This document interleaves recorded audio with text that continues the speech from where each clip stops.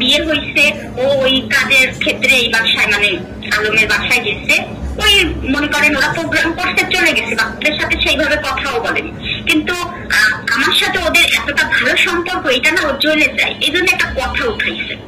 আচ্ছা, উনি যদি বিয়ে হয়, আর এটা জানানো তো আলমের ভয় কিসের, আমারও কিসের ভয়, যদি আমরা বিয়ে করে থাকি? আপনি বলুন, আপনাকে আমি প্রশ্নটা করলাম। যদি রিয়ামণি যদি এটা বলে, ঠিক আছে রিয়ামণিকে ডিভোর্স করে দিল বা রিয়ামণি থাকলো, আলমের তো বড় ওয়াইফের সাথে তো বেশি দিন ডিভোর্স হয়নি, তখনও তো রিয়া ছিল, ও তো ছিল, তা সেখানে এটা লুকোচুরি করার আমাদের দরকার কি বলেন, যদি আমি বিয়ে করেই থাকি? আচ্ছা, আমার বিষয়টা হলো যে আলমের সাথে আপনি নাকি একসাথে 3 মাস একই রুমে ছিলেন, এই ব্যাপারটা যেমন গতকালকে আমার হাজবেন্ডের সাথে আমার একটু প্রবলেম ছিল, আমি আমার 2টা ছেলে নিয়ে একা ছিলাম, সেখানে কোন রকম আমার বাসায় কোন পুরুষ মানুষ ঢোকেইনি। আর আজও যে আমি বাসায় আছি, আমি আজ পর্যন্ত কেউ বলতে পারবে না যে আমার বাসায় কোনো পুরুষ মানুষ ঢুকছে, এমনকি আলম চেনে না পর্যন্ত আমার বাসা।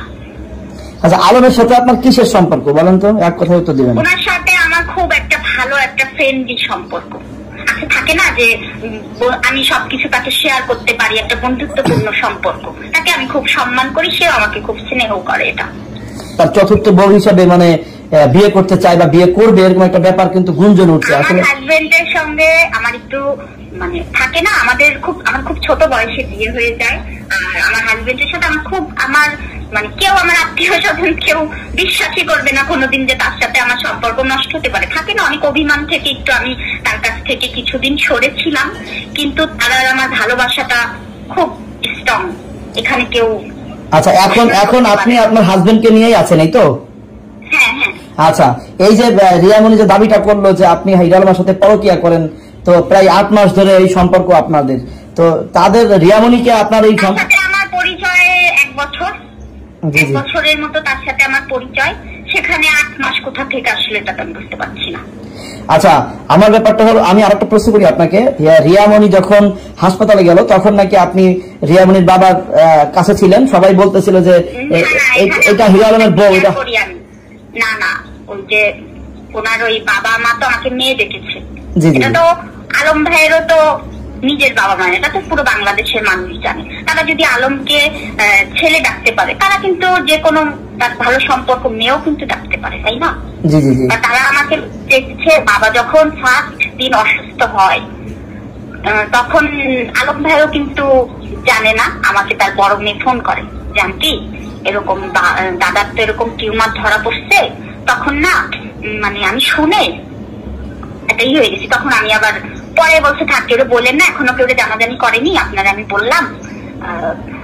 পরে আমাকে আলম ভাই আর কি আমার ফোন দিয়ে বললো যে এরকম বাবার তো ক্যান্সার ধরা পড়ছে, বাবার নিয়ে তো ঢাকায় আসতেছি, তখন আমি বললাম তাহলে আলোকে নিয়ে আসেন সাথে করে, বললো কি না আলোকে আর একবার বলছি, পরে আবার কি এই দৌড়াদৌড়ি করবে, থাক দরকার নেই।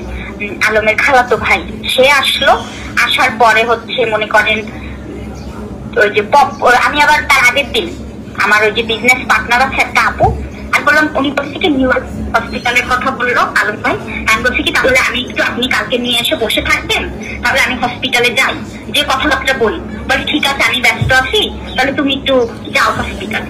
পরে আমি ওই নিউরোসায়েন্স হসপিটালে ঠিকানা দিল, আমি মনে করেন আমি তো পুরন ঢাকায় থাকি, ওখান থেকে রিক্সা নিলাম, চিনি না তো, ওখানে নিউরোসায়েন্স হসপিটালে যে বললাম এরকম ক্যান্সার টিউমার, বলছে কি ম্যাডাম আমাদের এখানে টিউমারের চিকিৎসা হয়, ক্যান্সার হচ্ছে আপনার মহাখালী হসপিটাল।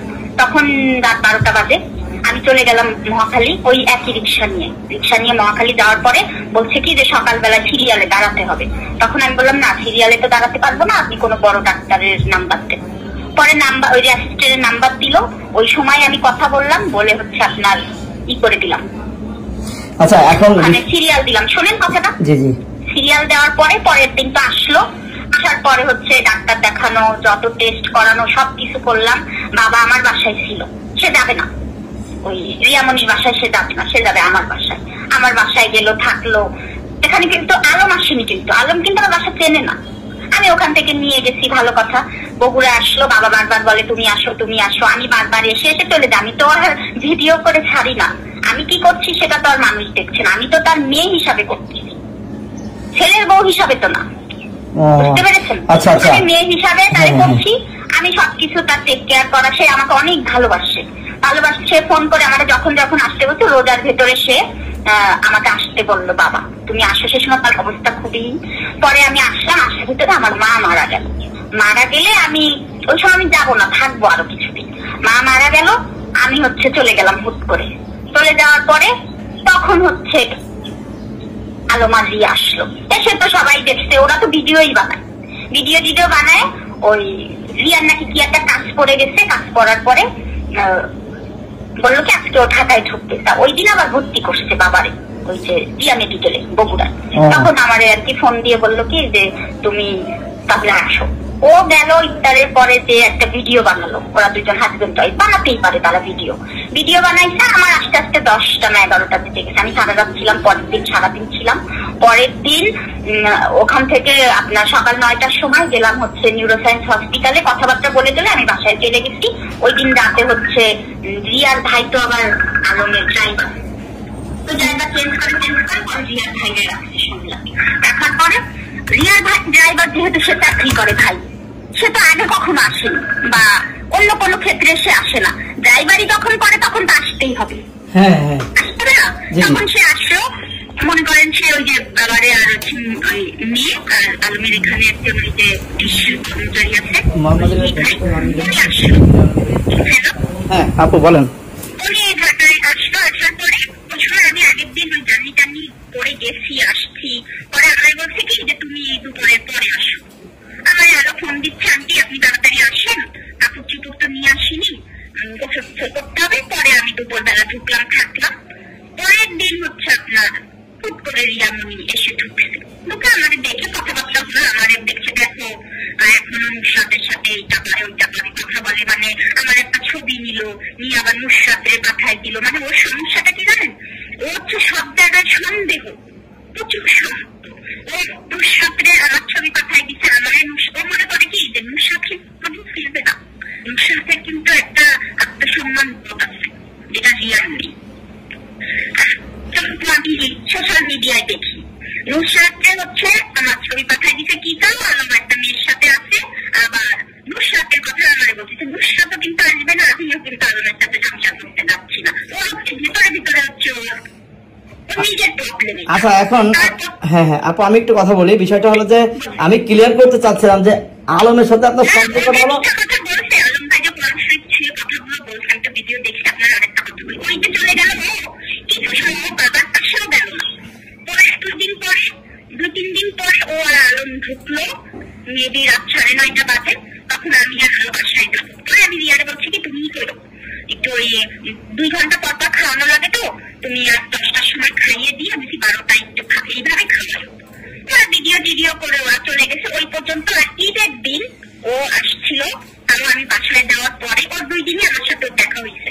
আর শেষে যেদিন আপনার ওই যে ঈদের দিন আমি বাসায় ছিলাম, আমি আর আলম ভাইয়ের বড় মেয়ে, আমরা 10টার দিকে বাসায় গেছি, আবার দুপুরের পরে আসছি। ওইটুক সময় ও আসছে, কিন্তু আগের যে 2 দিন ও হসপিটালে গেছে, ও গেছে আমার সাথে কিন্তু ওর কোনো জ্ঞান সাথে কিছুই না, ও দেখে শুনে চলে গেছে। আলমের সাথেও না, কন্টিনিউ আমি হসপিটালে আসছি, ওর জানি আলমের সাথে ওর ভিডিও চলতেছে, ঈদের দিন ভিডিও, ঈদের পরে ভিডিও, ওদের ভিতরে হুট করে কি করবো আমি জানি না। এখানে বাবার কোনো সেবা করার প্রশ্নই ওঠে না, ও তো একটু ভিডিও করে গেছে। আমাদের একটা বন্ধুত্বপূর্ণ সম্পর্ক। ও আপনার সাথে হিরো আলমের বন্ধুত্বের সম্পর্ক, এই তো? আচ্ছা আচ্ছা, মানে এর বাইরে তো আর কোনো সম্পর্ক নাই, বা ওরা যে দাবিগুলো করছে সেগুলো কি সব মিথ্যা?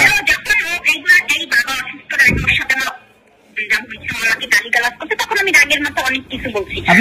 মেয়ে যদি হুট করে ফোন করে যদি বলে গালিগালাজ করে বাজে ভাষায়, তখন আমি বলছি বিয়ে করছি, তা তুই কি করবি, এই করবি সেই করবি, বোঝে না? ইগো যদি একটা আমি কিছু করিনি, তখন যদি এসে আমার বারবার ইগো প্রবলেম করে, তখন তো আমি উল্টা পাল্টা বলবই। মানে আপনি তখন বলছেন যে আমি হিরো আলমকে বিয়ে করেছি, এই ধরনের কথা বলছিলেন রে?